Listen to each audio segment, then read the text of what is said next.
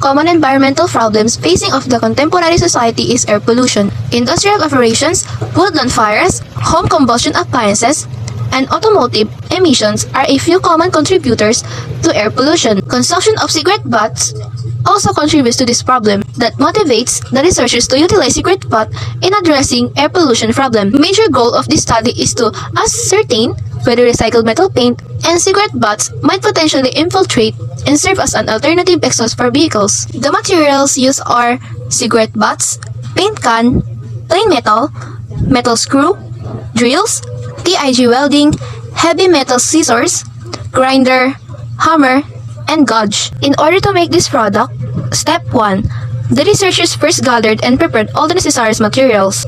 Then, they got the size of the paint can using plain metal and cut it using vintage heavy metal scissors, and started to mold it into a cone shape that can fit inside the metal paint can using a grinder to grind and polish the metal, and the TIG welding to seal both sides of the metal, and the hammer to completely mold the metal. After successfully molding it, they used the drill to put little holes in the molded metal. They then created a portal and sealed it with a metal screw, one each from the mouth of the molded metal, to make the filter refillable. The researchers built the cover and then filled it with all of the cigarette butts to get it ready for testing. The indicator above was used to describe the absorption of the smoke of the vehicle exhaust filter. The color indicates the amount of the smoke being accumulated in exhaust, 5 being the greatest amount of smoke being observed, and 1 being least amount being observed. For the testing, they used 3 different fuel, namely regular gas, mid-grade gas, and premium.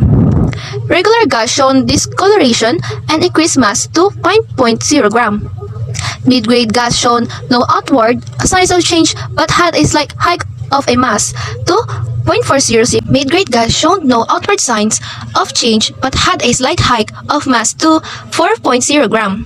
Lastly, premium gas showed no outward change and has a slight upsurge of mass to 3.6 gram. This study demonstrates that cigarette butts can filter vehicle smoke, which adds to the global problem of air pollution, and that's the filter's efficacy depends on the fuel type used by the vehicle. Based on the result of the first test using regular gas, it showed a visible change in the appearance of the cigarette. It appears that the butts have absorbed the smoke released by vehicle exhaust. Based on the result of the second test using mid-grade gas, it did not show any visible changes in appearance. As indicated in the color of the butts remained the same as it was before the testing, but had a slight hike of mass. Based on the result of the third test using premium gas, it had a similar results to the second test, which is the mid-grade gas. The butts also did not show any visible changes in appearance. Thus, the color of the butts remained the same as it was before the testing, and had a slight upsurge of mass.